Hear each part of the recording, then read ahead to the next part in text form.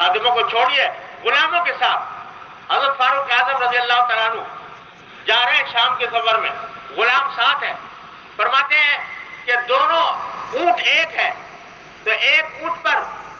ایک باری تم سوار ہوگے، ایک باری میں سوار ہوں، اور جتنا فاصلہ میں سوار ہو کر طے کروں گا اتنا ہی تم بھی سوار ہو کے طے کرو۔ یہ فرما رہا ہے فاروق اعظم۔ وہ کہتا بھی ہے کہ حضرت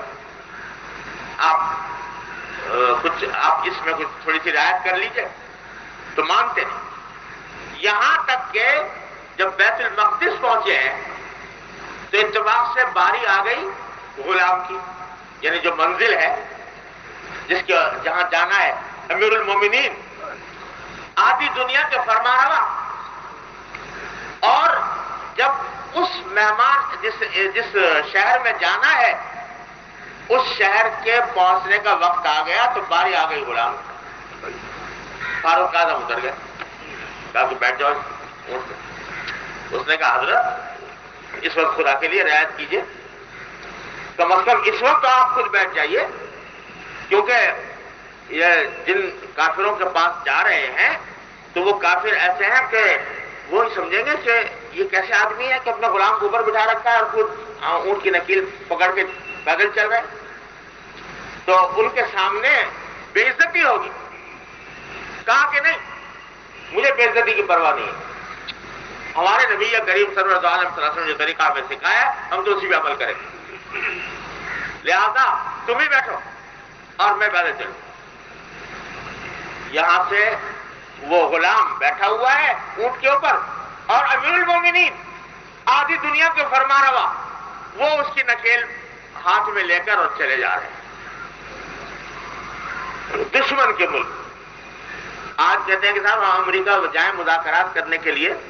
اور روس جائے اور فلاں فلاں غیر مسلم طاقتوں کے پاس جائے مذاکرات کے لیے، تو ذرا کچھ اپنا حلیہ اور اپنا جو ظاہری شان و شوکت ہے وہ ایسی بنا کے جائیں، اور ایسی شاندار سواریوں میں جائیں، اور ایسے شاندار جہازوں میں جائیں، کروڑوں روپے کا خرچ جہازوں کے اوپر کر کے جائیں، تو تاکہ ہماری عزت ہو۔ عزت کا نام رکھ لیا ہے اس ظاہری شان و شوکت۔ ارے عزت کرائی فاروق اعظم رضی اللہ تعالیٰ عنہ نے اپنی،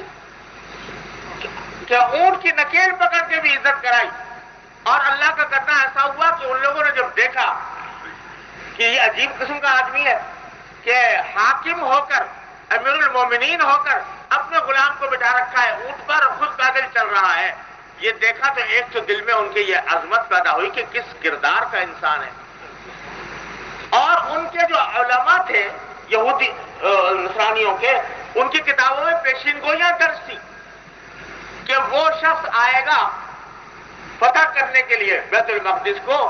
کہ جس کا حال یہ ہوگا کہ اس کا غلام اونٹ پہ بیٹھا ہوگا، خود پیدل چل رہا ہوگا۔ تو وہ پیشین گوئی پوری ہوئی، دیکھا تو اللہ تعالیٰ نے ان کو توفیق دی، طریقے سے لوگ مسلمان ہیں۔ ہماری تاریخ تو یہ ہے